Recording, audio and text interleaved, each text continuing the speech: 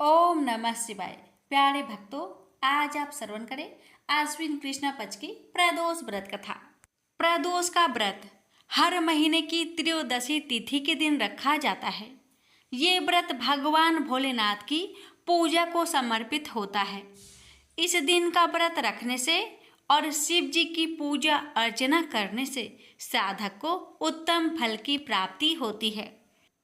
इसके साथ ही प्रदोष व्रत संतान की उन्नति के लिए भी किया जाता है। प्रदोष व्रत के दिन भगवान शिव की पूजा प्रदोष काल में की जाती है। प्रदोष काल में शिव जी की पूजा करने से शुभ परिणाम मिलते हैं। प्रदोष का व्रत महीने में 2 बार आता है। एक कृष्णा पक्ष की त्रयोदशी और दूसरा शुक्ला पक्ष की त्रयोदशी तिथि को रखा जाता है। अब आश्विन मास का पहला प्रदोष व्रत रखा जाएगा। ऐसे में आइए जानते हैं आश्विन महीने का प्रदोष व्रत कब रखा जाएगा। हिंदू पंचांग के अनुसार इस साल आश्विन मास की कृष्णा पक्ष की त्रयोदशी तिथि की शुरुआत 29 सितंबर को शाम 4:47 पर होगी। वहीं इस तिथि का समापन 30 सितंबर 2024 को शाम 7:06 पर होगा। प्रदोष का व्रत प्रदोष काल से शुरू होता है, इसलिए ये व्रत 29 सितंबर 2024 को रखा जाएगा। रवि प्रदोष व्रत शुभ मुहूर्त। आश्विन मास का पहला रवि प्रदोष इस साल 29 सितंबर 2024 को रविवार के दिन रखा जाएगा। इस दिन शिव जी की पूजा का शुभ मुहूर्त शाम को 6:09 से लेकर रात के 8:34 तक रहेगा। इस समय में पूजा करना शुभ रहेगा। रवि प्रदोष व्रत पूजा विधि। रवि प्रदोष व्रत के दिन सुबह ब्रह्म मुहूर्त में स्नान करके व्रत का संकल्प ले। उसके बाद घर के मंदिर साफ चौकी पर शिव जी की प्रतिमा स्थापित करें। उसके बाद शिव जी को जल, फूल, अक्षत और बेल पत्र अर्पित करें। शिव के सामने घी का दीपक जलाए और चंदन का तिलक लगाए। इस दिन शाम के समय शिव मंदिर में शिव जी की विधिवत पूजा करें। अंत में कथा का पाठ करें और आरती करके भोग लगाए। रवि प्रदोष व्रत महत्व। शास्त्रों में रवि प्रदोष के व्रत का बहुत ही खास महत्व है। रवि प्रदोष व्रत करने से साधक को हर प्रकार के कष्ट और रोगों से मुक्ति मिलती है। इसके साथ ही साधक को लंबी उम्र का वरदान भी मिलता है और संतान सुख की प्राप्ति होती है। रवि प्रदोष के लिए भगवान शिव के साथ साथ सूर्य देव की पूजा करने से साधक को सुख समृद्धि मिलती है। तो आइए भक्तों, हम श्रवण करते हैं रवि प्रदोष की व्रत कथा। रवि प्रदोष व्रत की महात्म्य कथा। एक समय सर्व प्राणियों के हितार्थ परम पावन भागीरथी के तट पर ऋषि समय द्वारा विशाल गोष्ठी का आयोजन किया गया। इस सभा में व्यास जी के परम शिष्य पुराण वेता सूत जी महाराज हरि कीर्तन करते हुए पधारे। सूत जी को आते हुए देखकर सौनकादि 88,000 ऋषि मुनियों ने खड़े होकर दंडवत प्रणाम किया। महाज्ञानी सूत जी ने भक्ति भाव से ऋषियों को हृदय से लगाया तथा आशीर्वाद दिया। विद्वान ऋषिगण और सब शिष्य आसनों पर विराजमान हो गए। सौनकादि ऋषि ने पूछा, हे पूज्यवर महामते, कृपया यह बताने का कष्ट करे कि मंगलप्रद कष्ट निवारण यह व्रत सबसे पहले किसने किया और उसे क्या फल प्राप्त हुआ। मेरे सूत जी बोले, आप सभी शिव के परम भक्त हैं। आपकी भक्ति को देखकर मैं व्रती मनुष्य की कथा कहता हूँ, ध्यान से सुने। प्रदोष व्रत कथा के अनुसार एक गांव में अति दीन ब्राह्मण निवास करता था। उसकी साध्वी स्त्री प्रदोष व्रत किया करती थी। उसे एक पुत्र रत्न था। एक समय की बात है, वह पुत्र गंगा स्नान करने के लिए गया। दुर्भाग्यवश मार्ग में चोरों ने उसे घेर लिया और वे कहने लगे कि हम तुम्हें मारेंगे नहीं, तुम अपने पिता के गुप्त धन के बारे में हमें बता दो। बालक दीन भाव से कहने लगा कि बंधुओं, हम अत्यंत दुखी दिन हैं। हमारे पास धन कहाँ है? तब चोरों ने कहा कि तेरे इस पोटली में क्या बंधा है? बालक ने निसंकोच कहा कि मेरी माँ ने मेरे लिए रोटियां दी है। यह सुनकर चोरों ने अपने साथियों से कहा कि साथियों, यह बहुत ही दीन दुखी मनुष्य है, अतः हम किसी और को लूटेंगे। इतना कहकर चोरों ने उस बालक को जाने दिया। बालक वहां से चलते हुए एक नगर में पहुंचा। नगर के पास एक बरगद का पेड़ था। वह बालक उसी बरगद के वृक्ष की छाया में सो गया। उसी समय उस नगर के सिपाही चोरों को खोजते हुए उस बरगद के वृक्ष के पास पहुंचे और बालक को चोर समझकर बंदी बना राजा के पास ले गया। राजा ने उसे कारावास में बंद करने का आदेश दिया। ब्राह्मणी का लड़का जब घर नहीं लौटा तब उसे अपने पुत्र की बड़ी चिंता हुई। अगले दिन प्रदोष व्रत था। ब्राह्मणी ने प्रदोष व्रत किया और भगवान शंकर से मन ही मन अपने पुत्र की कुशलता की प्रार्थना करने लगी। भगवान शंकर ने उस ब्राह्मणी की प्रार्थना स्वीकार कर ली। उसी रात भगवान शंकर ने उस राजा को सपने में आदेश दिया कि वह बालक चोर नहीं है, उसे प्रातःकाल छोड़ दे, अन्यथा उसका सारा राज्य वैभव नष्ट हो जाएगा। प्रातःकाल राजा ने शिव जी की आज्ञा अनुसार उस बालक को कारावास से मुक्त कर दिया। बालक ने अपनी सारी कहानी राजा को सुनाई। सारा वृत्तांत सुनकर राजा ने अपने सिपाहियों को उस बालक के घर भेजा और उसके माता पिता को राज दरबार में बुलवाया। उसके माता पिता बहुत ही भयभीत थे। राजा ने उन्हें भयभीत देखकर कहा कि आप भयभीत ना हो, आपका बालक निर्दोष है। राजा ने ब्राह्मण को 5 गांव दान में दिए, जिससे कि वे सुखपूर्वक अपना जीवन व्यतीत कर सके। भगवान शिव की कृपा से ब्राह्मण परिवार आनंद से रहने लगा। अतः जो मनुष्य रवि प्रदोष व्रत को करता है वह सुखपूर्वक और निरोगी होकर अपना पूर्ण जीवन व्यतीत करता है तथा उसके जीवन में खुशहाली आती है। प्रेम से बोलिए उमापति शंकर भगवान की जय। स्कंद पुराण में वर्णित एक कथा के अनुसार प्राचीन काल में एक विधवा ब्राह्मणी अपने पुत्र को लेकर भिक्षा लेने जाती थी और संध्या को लौटती थी।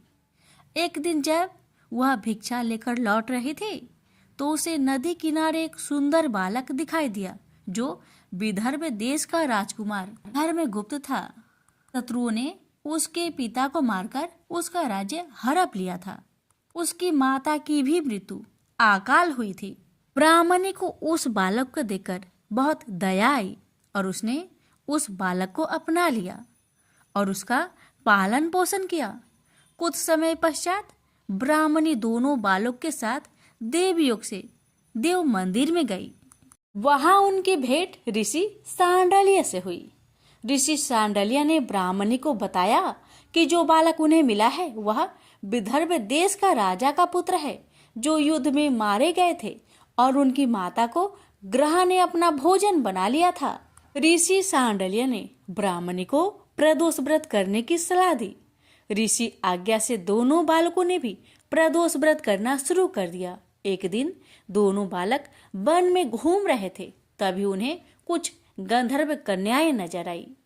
ब्राह्मण बालक तो घर लौट आया, किंतु राजकुमार धर्मगुप्त अंशुमति नाम की गंधर्व कन्या से बात करने लगे। गंधर्व कन्या और राजकुमार एक दूसरे पर मोहित हो गए। कन्या ने विवाह हेतु राजकुमार को अपने पिता से मिलवाने के लिए बुलवाया। दूसरे दिन जब वह पुनः गंधर्व कन्या से मिलने आया तो गंधर्व कन्या के पिता ने बताया कि वह विदर्भ देश का राजकुमार है। भगवान शिव की आज्ञा से गंधर्व राज ने अपनी पुत्री का विवाह राजकुमार धर्मगुप्त से करवाया। इसके बाद राजकुमार धर्मगुप्त ने गंधर्व सेना की सहायता से विदर्भ देश पर पुनः आधिपत्य प्राप्त किया। यह सब ब्राह्मणी और राजकुमार धर्मगुप्त के प्रदोष व्रत करने का फल था। स्कंद पुराण के अनुसार जो भक्त प्रदोष व्रत के दिन शिव पूजा के बाद एकाग्र होकर प्रदोष व्रत कथा सुनता या पढ़ता है उसे 100 जन्मों तक कभी दरिद्रता नहीं होती। प्रेम से बोलिए उमापति शंकर भगवान की जय। एक समय की बात है कि बहुत वर्ष पूर्व ऋषि मुनि भगवान को पाने के लिए कठोर तपस्या करते थे। यह तपस्या कैसी रहती थी? एक पांव पर खड़े होकर नमस्कार की मुद्रा में भगवान का नाम जप करना, पानी में नमस्कार की मुद्रा में खड़े रहकर अखंड भगवान का नाम जप करना, हिमालय जैसे पर्वत पर जाकर अंत ठंड में एक ही जगह अनेक वर्ष तक बैठकर नाम जप करना, इस प्रकार तपस्या की जाती थी। तपस्या के समय न कुछ खाया जाता था न ही पिया जाता था। इसी प्रकार कठोर तपस्या करने के बाद भगवान भक्त पर प्रसन्न होकर उन्हें आशीर्वाद देते थे। इसी प्रकार भगवान शंकर को पति रूप में पाने के लिए माता पार्वती कठोर तपस्या कर रही थी। तपस्या के समय वह भगवान के चिंतन में ध्यान मग्न बैठी थी। उनकी तपस्या पूर्ण होने ही वाली थी कि उसी समय उन्हें एक बालक के डूबने की चीख सुनाई दी। माता तुरंत उठकर वहां पहुंची। उन्होंने देखा एक मगरमच्छ बालक को पानी के अंदर खींच रहा है। वह बालक अपने प्राण बचाने के लिए बहुत प्रयास कर रहा था तथा मगरमच्छ उसे खाने का प्रयास कर रहा था। अंततः करुणामयी माता पार्वती को बालक पर दया आई। माता ने मगरमच्छ से निवेदन करते हुए कहा, बालक को छोड़ दो, इसे आहार न बनाओ। उस पर मगरमच्छ बोला, माता यह मेरा आहार है। मुझे हर छठे दिन भूख मिटाने के लिए जो पहले मिलता है वह मेरा आहार होता है। मेरा आहार ब्रह्मा ने निश्चित किया है। माता पार्वती ने फिर कहा, आप इसे छोड़ दो, मैं इसके बदले अपनी तपस्या का फल आपको दूंगी। पार्वती माता ने बालक के प्राणों की रक्षा के लिए अपनी कठोर तपस्या का फल दांव पर लगाया। मगरमच्छ ने भी उसे स्वीकार किया। पार्वती माता ने उसी समय संकल्प किया और अपनी पूरी तपस्या का फल उस मगरमच्छ को दे दिया। मगरमच्छ को माता के तपस्या का फल प्राप्त होने के कारण वह सूर्य के जैसे चमक उठा। उसकी बुद्धि में शुद्ध हो गई। उसने कहा, माता आप अपना पुण्य वापस ले लीजिए, मैं इस बालक को छोड़ दूंगा। माता ने तो वचन दिया था, इसलिए उन्होंने तपस्या का फल वापस लेने से मना कर दिया और वह बालक को गोद में लेकर ममता से दुलारने लगी। बाद में माता ने उस बालक को उसके घर सुरक्षित लौटा दिया और वे अपने स्थान पर वापस आ गई। भगवान शिव जी को प्राप्त करने हेतु उन्होंने पुनः तप करना आरंभ कर दिया। उसी समय भगवान शिव जी माता पार्वती के सामने प्रकट हो गए। भगवान शिव जी उन्हें बोले, पार्वती अब तुम्हें तप करने की आवश्यकता नहीं है। हर प्राणी में मेरा ही वास है। तुमने उस मगरमच्छ को अपने तप का जो फल दिया है वह मुझे ही प्राप्त हुआ है, इसलिए तुम्हारे तप का फल अनंत गुना हो गया है। तुमने करुणा और ममता से द्रवित होकर बालक की रक्षा की, इसलिए मैं तुम पर प्रसन्न हूँ और तुम्हें अपनी पत्नी के रूप में स्वीकार करता हूँ। प्रेम से बोलिए उमापति शंकर भगवान की जय। एक समय की बात है, एक क्षेत्र में पुत्र की प्राप्ति हेतु भगवान शिव से आज्ञा लेकर पार्वती ने 1 वर्ष तक चलने वाले पुण्य व्रत का समापन किया। व्रत की समाप्ति पर पुरोहित सनत कुमार ने देवी पार्वती से कहा, सुब्रते मुझे दक्षिणा चाहिए। पार्वती ने मुंह मांगी दक्षिणा देने का वचन दिया। फिर क्या था, पुरोहित बने सनत कुमार ने अस्वाभाविक दक्षिणा की याचना की। देवी इस व्रत में दक्षिणा स्वरूप मुझे अपने पति को दीजिए। यह सुनते ही देवी पार्वती पर जैसे वज्रपात हुआ। वो व्याकुल होकर विलाप करती हुई मूर्छित हो गई। पार्वती को मूर्छित देखकर ब्रह्मा, विष्णु और मुनियों को हंसी आ गई। उन्होंने पार्वती को समझाने के लिए भगवान शिव को भेजा। पार्वती की मूर्छा टूटने पर शिव ने उन्हें समझाया, हे देवी, देव कार्य, पितृ कार्य या नित्य नैमित्तिक जो भी कार्य दक्षिणा से रहित होता है निष्फल हो जाता है। उस कर्म से दाता कालसूत्र नामक नगर में गिरता है। इसके बाद वह दीन होकर शत्रुओं से पीड़ित होता है।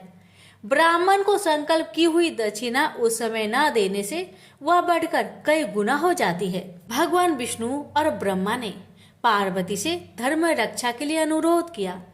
धर्म ने भी समझाया, देवताओं ने भी कहा, मुनियों ने भी दक्षिणा देने की प्रेरणा दी, फिर भी पार्वती चुप रही। तब सनत कुमार ने कहा, हे शिवे, या तो आप मुझे दक्षिणा में अपने पति को प्रदान कीजिए या अपने दीर्घकालीन कठोर तप का फल भी त्याग दीजिए। इस महान कर्म की दक्षिणा न मिलने पर मैं इस दुर्लभ कठोर व्रत का फल ही नहीं, आपके समस्त कर्मों का फल भी प्राप्त कर लूंगा। उद्गन होकर पार्वती ने कहा, पति से वंचित हो जाने वाले कर्म से क्या लाभ? दक्षिणा देने तथा धर्म और पुत्र की प्राप्ति से मेरा क्या हित होगा? पृथ्वी देवी की उपेक्षा कर वृक्ष की पूजा करने से क्या प्राप्त हो सकेगा? साध्वी स्त्रियों के लिए पति 100 पुत्र के समान होता है। ऐसी स्थिति में यदि व्रत में अपने पति को ही दक्षिणा दे दी जाए तो पुत्र से क्या लाभ? यह सत्य है कि पुत्र पति का ही अंश होता है, लेकिन उसका एकमात्र मूल तो पति ही होता है। मूल धन के नष्ट होने पर समस्त व्यापार ही विनष्ट हो जाता है। उसी समय आकाश में देवताओं और ऋषियों ने एक रत्न निर्मित रथ देखा जो पार्षदों से घिरा हुआ था। उस रथ से श्री नारायण उतरकर देवताओं के सम्मुख उपस्थित हुए।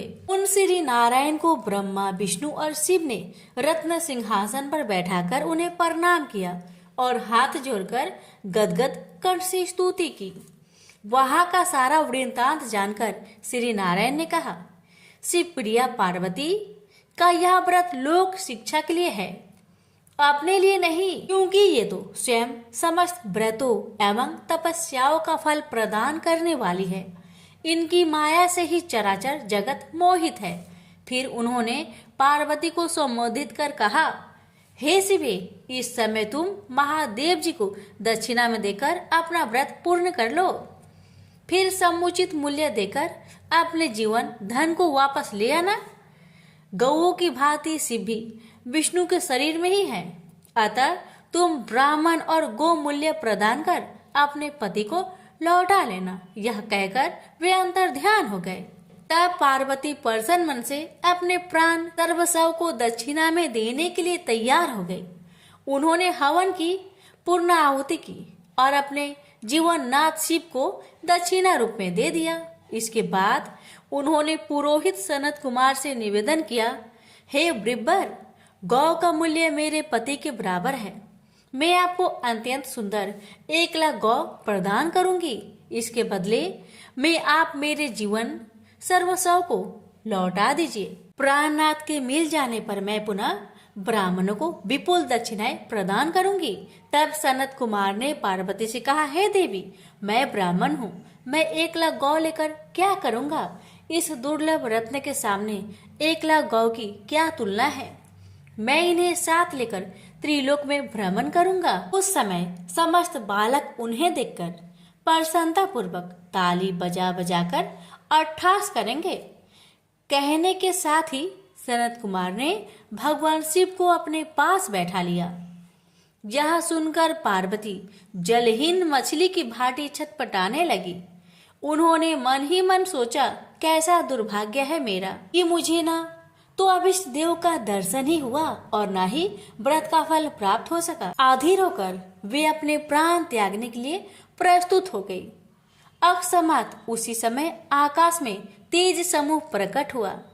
उस तेज समूह को देखकर पार्वती ने उससे अपने ऊपर दया करने को कहा और उस महान तेजो राशि के मध्य विश्व मोहन श्री कृष्ण स्वरूप का दर्शन किया। ऐसे भुवन मोहन अनूप रूप को देखकर भगवती पार्वती उसी के सदृश पुत्र की कामना करने लगी और उसी क्षण उन्हें वह वर भी प्राप्त हो गया। तदंतर वह तेज वही तिरोहत हो गया। तब देवताओं ने ब्रह्मा पुत्र सनत कुमार को समझाया। सनत कुमार ने दिगंबर शिव को उनकी प्राणेश्वरी पार्वती को लौटा दिया। तो प्रेम से बोलिए उमापति शंकर भगवान की जय।